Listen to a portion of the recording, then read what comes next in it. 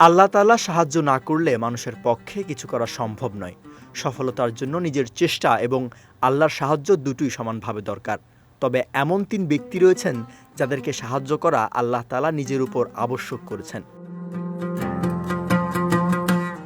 মহান আল্লাহ বলেন, যারা আমার উদ্দেশ্যে চেষ্টা সংগ্রাম করবে তাদের আমি আমার পথ দেখাবো, আর আল্লাহ অবশ্যই সৎকর্মশীল লোকেদের সঙ্গে আছেন।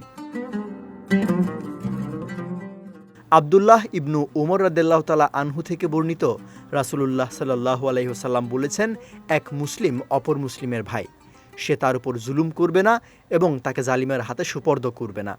যে কেউ তার ভাইয়ের অভাব পূরণ করবে, আল্লাহ তার অভাব পূরণ করবেন। যে ব্যক্তি পৃথিবীতে কোনো মুসলিমের বিপদ দূর করবে, আল্লাহ তাআলা কিয়ামতের দিন তার বিপদ দূর করবেন।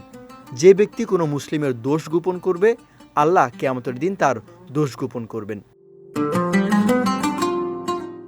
হযরত আবু হুরায়রা রাদিয়াল্লাহু তাআলা আনহু থেকে বর্ণিত আছে, তিনি বলেন, রাসূল সাল্লাল্লাহু আলাইহি ওয়াসাল্লাম বলেছেন, আল্লাহ তাআলা ৩ প্রকার মানুষের সাহায্য করা নিজের কর্তব্য হিসেবে নির্ধারণ করেছেন।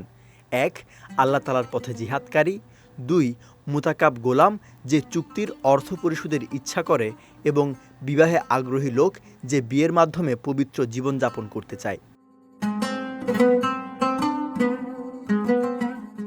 যে ব্যক্তি বিবাহ করতে চায় তার ব্যাপারে আল্লাহ তাআলা বলেন, তোমাদের মধ্যে যারা বিবাহহীন তাদের বিবাহ সম্পন্ন করো, আর তোমাদের সৎ দাস দাসীদেরও। তারা যদি নিঃস্ব হয় তাহলে আল্লাহ তাদেরকে নিজ অনুগ্রহে অভাবমুক্ত করে দেবেন। আল্লাহ প্রচুর দানকারী, সর্ববিষয়ে জ্ঞাত। যাদের বিয়ের সম্বল নেই তারা যেন সংযম অবলম্বন করে, যতক্ষণ না আল্লাহ নিজ অনুগ্রহে তাদেরকে অভাবমুক্ত করেন। আর তোমাদের দাস দাসীদের মধ্যে যারা মুক্তির জন্য লিখিত চুক্তি পেতে চায় তাদের সঙ্গে চুক্তি করো, যদি তাতে কোনো কল্যাণ আছে বলে তোমরা জানো। আল্লাহ তোমাদেরকে যে মাল দিয়েছেন তার থেকে তাদেরকে দান করো।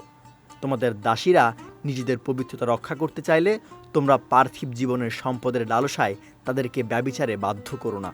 যদি তাদের উপর কেউ জবরদস্তি করে তবে তাদের উপর জবরদস্তির পর আল্লাহ তাদের প্রতি ক্ষমাশীল, পরম দয়ালু।